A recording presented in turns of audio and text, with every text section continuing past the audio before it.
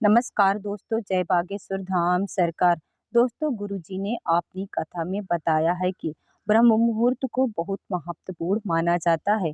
यह भी बताया है कि ब्रह्म मुहूर्त में निद्रा त्यागने से विद्या, बुद्धि, स्वास्थ्य और बल प्राप्त होते हैं। किसी भी काम को ब्रह्म मुहूर्त में शुरू करना बहुत उत्तम माना गया है। प्राचीन काल में लोग और ऋषि मुनि सदैव ब्रह्म मुहूर्त में उठकर ईश्वर का वंदन किया करते थे। घरों में भी बड़े बुजुर्ग लोग ब्रह्म मुहूर्त में इस उठकर स्नान आदि कर ईश्वर का नाम जपने बैठ जाते थे।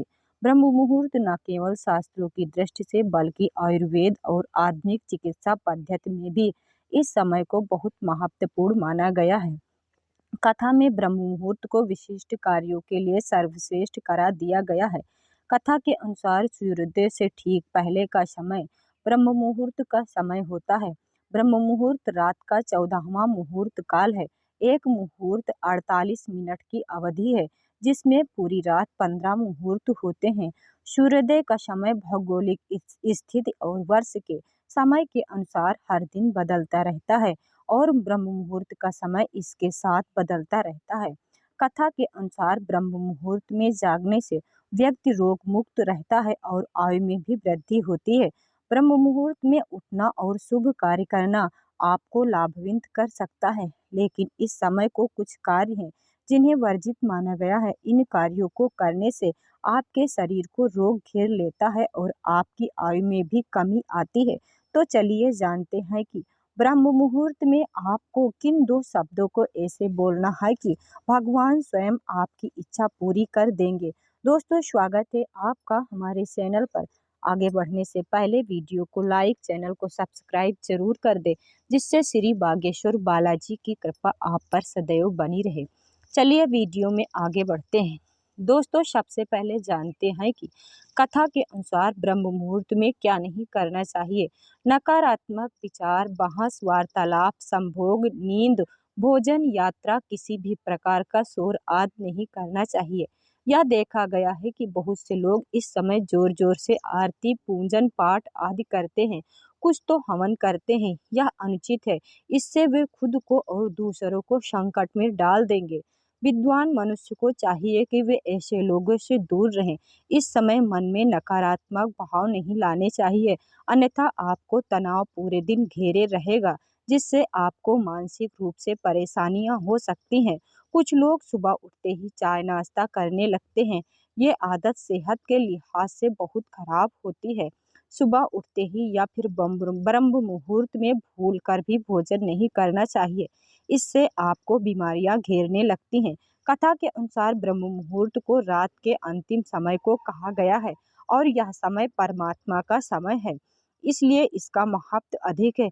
गुरु जी की कथा के अनुसार ब्रह्म मुहूर्त का हमारे जीवन में क्या महत्व है। कथा के अनुसार इस समय संपूर्ण वातावरण शांतिमय और निर्मल होता है। देवी देवता इस काल में विचरण कर रहे होते हैं। सत्व गुणों की प्रधानता रहती है। प्रमुख मंदिरों के पाठ भी ब्रह्म मुहूर्त में खोल दिए जाते हैं तथा भगवान का श्रृंगार व पूजन भी ब्रह्म मुहूर्त में किए जाने का विधान है। ब्रह्म मुहूर्त में जल्दी उठने से सौंदर्य, बल, विद्या और स्वास्थ्य की प्राप्ति होती है। यह समय ग्रंथ रचना के लिए उत्तम माना गया है। वैज्ञानिक शोधों से ज्ञात हुआ है कि ब्रह्म मुहूर्त में वायुमंडल प्रदूषण रहित होता है। इस समय वायुमंडल में ऑक्सीजन की मात्रा सबसे अधिक होती है, जो फेफड़ों की शुद्धि के लिए महत्वपूर्ण होती है। शुद्ध वायु मिलने से मन मस्तिष्क भी स्वस्थ रहता है। कथा के अनुसार इस समय बहने वाली वायु को अमृत तुल्य कहा गया है। ब्रह्म मुहूर्त में उठकर टहलने से शरीर में संजीवनी शक्ति का संचार होता है। यह समय अध्ययन के लिए सर्वोत्तम बताया गया है, क्योंकि रात को आराम करने के बाद सुबह जब हम उठते हैं तो शरीर तथा मस्तिष्क में भी स्फूर्ति व ताजगी बनी रहती है। सुबह ऑक्सीजन का लेवल भी ज्यादा होता है, जो मस्तिष्क को अतिरिक्त ऊर्जा प्रदान करता है, जिसके चलते अध्ययन बातें स्मृत कोश में आसानी से चली जाती हैं। तो चलिए जानते हैं वो दो शब्द जिसको बोलने से भगवान स्वयं आपकी इच्छा पूरी कर देंगे। गुरु जी की कथा के अनुसार जप 4 प्रकार के होते हैं। सबसे पहला जो जप होता है वो नए साधक होते हैं। वो वाणी से बोलकर करते हैं, यानी कि वाचिक जप करते हैं। उसके बाद जब एकाध महीना करते हुए हो जाता है तो उनकी श्रद्धा बढ़ जाती है, तो फिर वो उपांश पर आ जाते हैं, यानी कि होंठ हिलाते हैं, जीभ थोड़ी उठती है, बाहर आवाज नहीं आती, उसको उपांश बोलते हैं। उसके बाद जब उपांश भी थोड़े दिनों के बाद अंदर ही लय होने लग जाता है तथा अभ्यास के बाद वो छू जाता है, फिर आता है मानसिक। मानसिक मतलब आप मन से ही बोलते रहते हो, बाहर आवाज नहीं आती।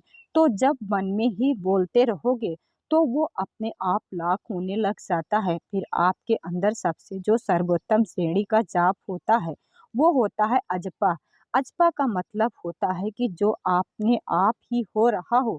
जिन मनुष्यों ने पिछले जन्म में यहाँ तक की भक्ति कर रखी है वो सीधा अजपा कर लेंगे, लेकिन हर कोई नहीं कर पाता।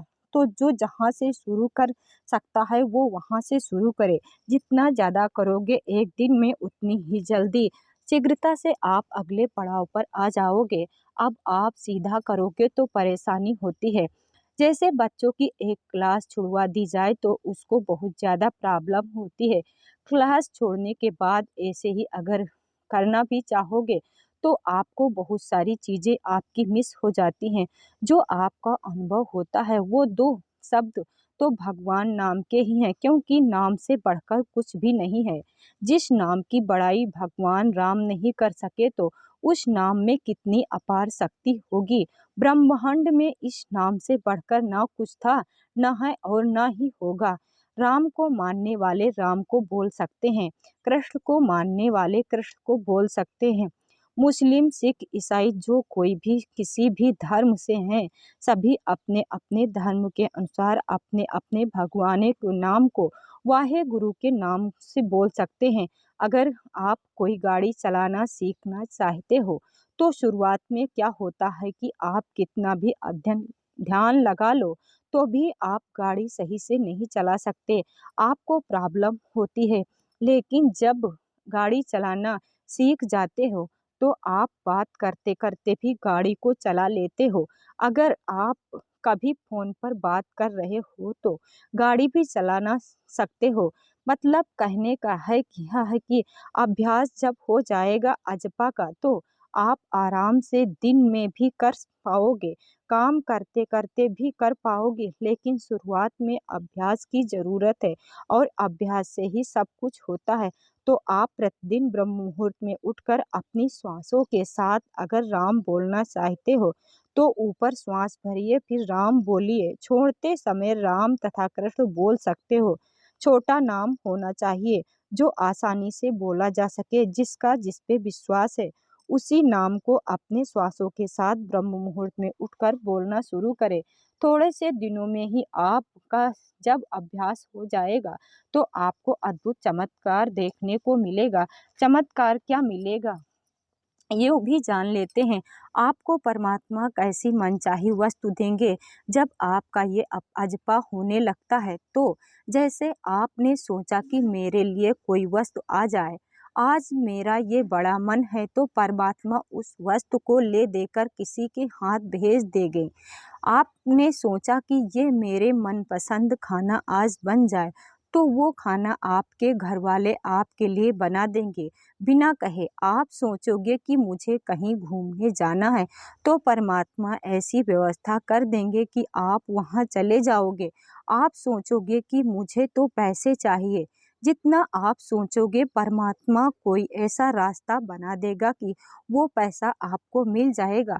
मतलब जो भी आप सोचोगे वो आपको मिल जाएगा, क्योंकि आप उस परमात्मा से प्रतिबिंब जुड़े हैं, उस परम शक्ति से जुड़े हो, जिस शक्ति से ये अनंत कोटि ब्रह्मांड चल रही है, वो शक्ति जिससे आप जुड़ो और वो शक्ति आपके भीतर ही है। मन में सकारात्मकता देने के लिए मंत्र जाप बड़ा फायदेमंद सिद्ध होगा। आप कोई भी एक मंत्र लें, जैसे आप सत्यम परम धीमहि वैदिक मंत्र भी ले सकते हैं। इसके लिए स्थिर बैठकर बंद आँखों से इसका जाप करना शुरू कर दें। फिर यह जाप दिन में काम करते हुए जब भी याद आए तभी खुली आँखों से कहना शुरू कर दें। बस मंत्र की ध्वनि आपके भीतर चलती रहे। आप पाएंगे आपका मन धीरे धीरे शांत होना शुरू हो जाएगा। इस तरह पूरी तरह परमात्मा से हो सकोगे। समर्पित मंत्र साधना के लिए स्थान और समय तय करें। यदि सुबह जल्दी ब्रह्म मुहूर्त में बैठ सके तो बेहतर होगा। मंत्र गिनती से ना करें, बस मंत्र जाप करें। जितना अधिक कर सके उतना करें।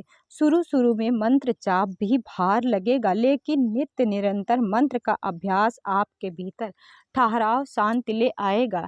यही मंत्र साधना आपके भय और दुख को दूर करने में बड़ी मदद करेगी।